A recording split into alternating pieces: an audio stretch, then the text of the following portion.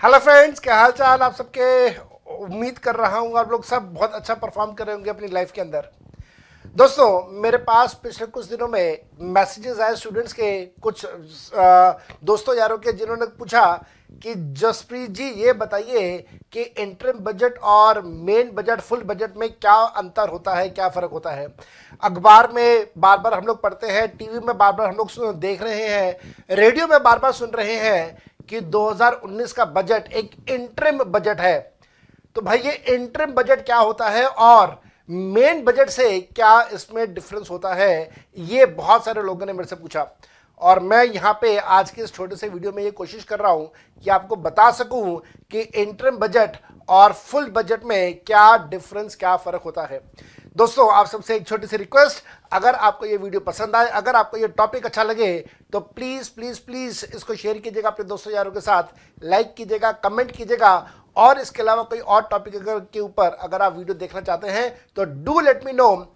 Knowledge से related बातें करेंगे, आलतू फालतू यहाँ वहाँ की कोई बात नहीं होगी। आइए जरा देखें एंट्री बजट और फुल बजट में क्या अंतर होता है। आपके सामने एक छोटा सा पीडीएफ यहाँ पे है, इसके अंदर मैंने इंटरिम और फुल बजट का डिफरेंसेस आपको बताए हैं। जब कभी भी हम लोग फुल बजट के बारे में बात करते हैं तो याद रखिएगा, उस फुल बजट से पहले रिजर्व बैंक ऑफ इंडिया की तरफ से इकोनॉमिक सर्वे जरूर प्रेजेंट किया जाता है। Every time when ever there is a full budget, economic survey उससे पहले जरूर होगा। Economic survey is always given by reserve bank of India, जहां पे इकोनॉमिक सर्वे में यह बताया जाता है कि जो पास्ट फाइनेंशियल ईयर है उसके अंदर हमारे जीडीपी की क्या हेल्थ है, क्या ग्रोथ है, आने वाले टाइम में हमारी क्या ग्रोथ की एक्सपेक्टेशंस है, और इस तरह से इकोनॉमिक से रिलेटेड जो हमारे देश की इकोनॉमिक हेल्थ है उसके बारे में बताया जाता है by the reserve bank of India. लेकिन अगर इंटरिम बजट दिया जाए बाय द गवर्नमेंट तो उस केस में कभी भी इकोनॉमिक सर्वे की जरूरत नहीं होती है। लेकिन हाँ, फुल बजट से पहले इकोनॉमिक सर्वे हमेशा हमेशा हमेशा होता है। यह पहला फर्क। दूसरा फर्क, जब हम लोग खर्चों के बारे में बात करते हैं तो मेरे बेटा फुल बजट के अंदर हमेशा आपको सभी प्रकार के खर्चे बताए जाते हैं। कौन कौन से खर्चे सरकार करेगी उसके बारे में पूरी इंफॉर्मेशन दी जाती है। साथ साथ में अलग अलग मिनिस्ट्रीज, जैसे हेल्थ मिनिस्ट्री है, एजुकेशन मिनिस्ट्री है, डिफेंस मिनिस्ट्री है, उन्होंने क्या क्या अपनी रिक्वायरमेंट्स शो करी हैं सरकार के सामने, कितना कितना पैसा अलग अलग मिनिस्ट्रीज को अलग अलग पर्पसेस के लिए देना है, उन सब की डिटेल जानकारी बजट के अंदर दी जाती है।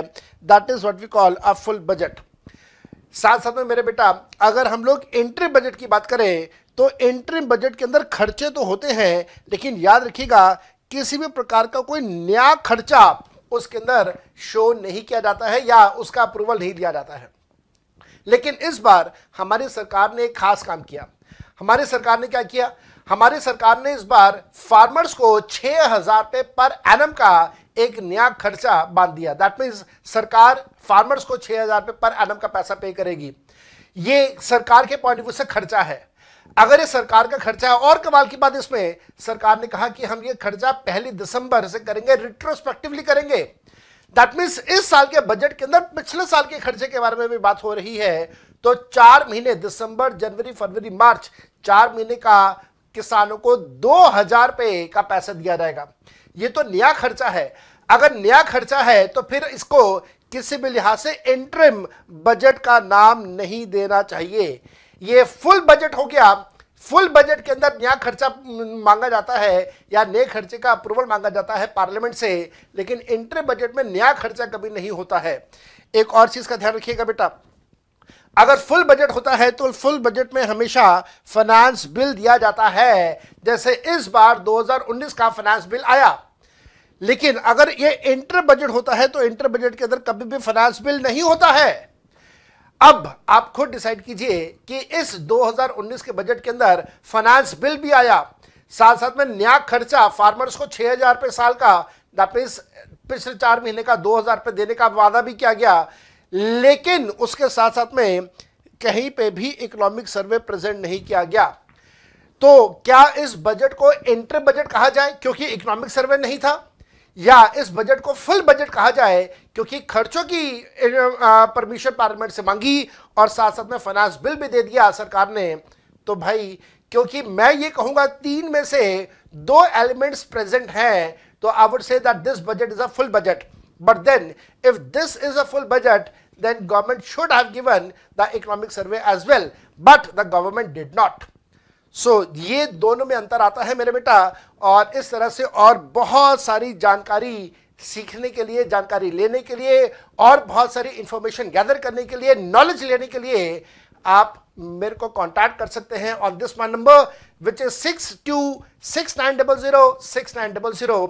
Be in touch with me. मैं आपको इस तरह की और बहुत सारी जानकारी देता रहूंगा। अगर आप स्टूडेंट हैं सीए के, सीएस के, सीएमए के, और अगर आप नॉलेज से भरी ये क्लासेस लेना चाहते हैं तो आप इन क्लासेस को ज्वाइन कर सकते हैं, क्लासेस ले सकते हैं, हमें कांटेक्ट कर सकते हैं।